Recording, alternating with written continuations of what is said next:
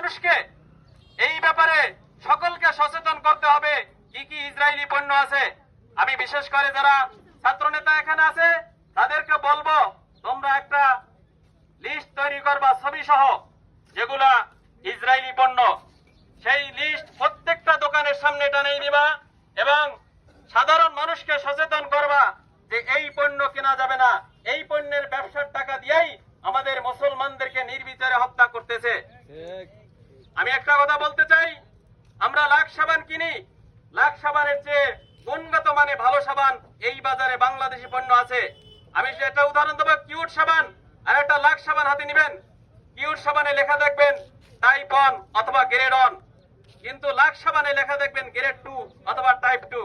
আমরা সেকেন্ডারি সাবান কিনি, আমরা দ্বিতীয় সারির সাবান কিনি বেশি টাকা দিয়া, কিন্তু কম টাকা দিয়েও আমরা 1 নম্বর সাবানটা কিনতে পারতেছি না, কারণ আমরা চিনি না।